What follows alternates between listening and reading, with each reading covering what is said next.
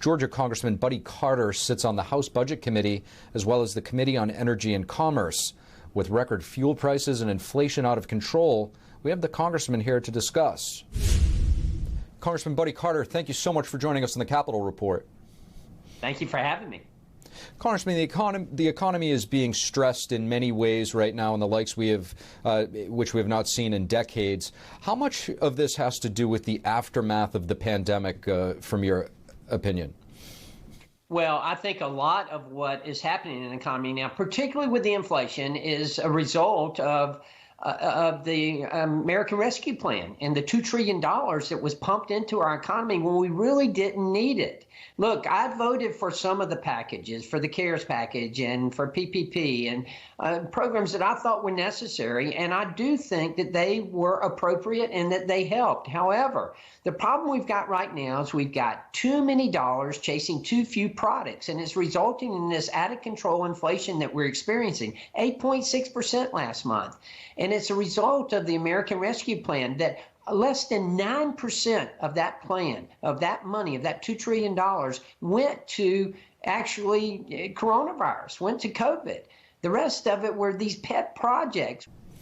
Congressman, another thing here, when it comes to these record high gas prices, we're hearing that it's because of Putin and the domestic drilling would not have an impact on the price of fuel. What is your take?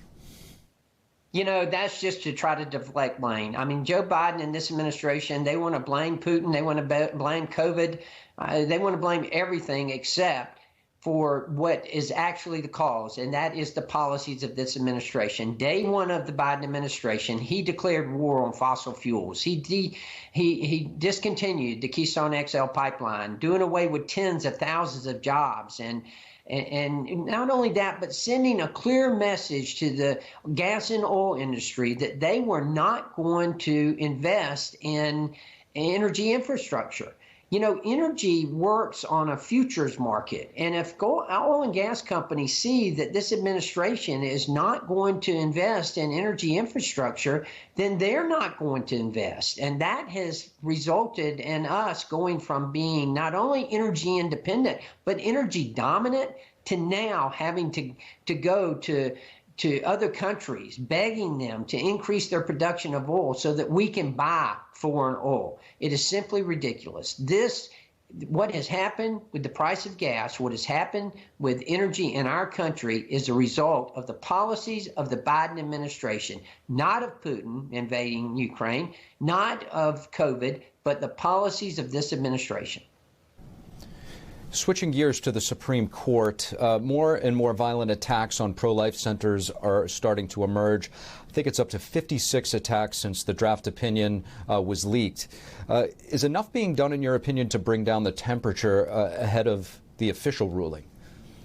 I don't think it is. You know, the Speaker just embarrassingly has said that this is not a big problem. Well, it is a big problem. If you're Supreme Court Justice Kavanaugh or his family, you dang right it's a big problem. And we cannot have Supreme Court justices making rulings based on intimidation and fear. That is not the way that this can work. We all recognize that. I'm proud of the legislation that we passed in the House, and I voted for it to offer security to our Supreme Court justices. But what's happening at these pro-life centers and these family life centers, that cannot be tolerated. Nancy Pelosi and the Democrats, they just want to brush it off as being, oh, we don't need to worry about that. We do need to worry about that. We are on the brink here of overturning one of the two worst decisions I think have ever been made by the Supreme Court justice, that being Roe versus Wade. The other one, of course, was taking prayer out of schools, out of public schools.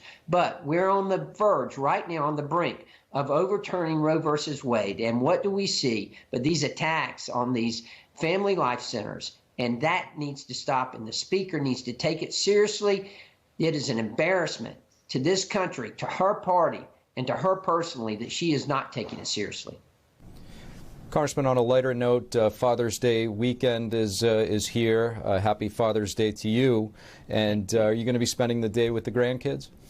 I am. Some of them are in town, others are not, but I can assure you that FaceTime is a great thing, and we will be FaceTiming them. And if I could just add, this will be my first Father's Day without my dad. He passed last July 25th, and I'm going to miss him on this Father's Day, but he's with me every day. So sorry for your loss. I hope it's a good one for you this coming one here. And thank you so much for joining us, Congressman Buddy Carter. Thank you.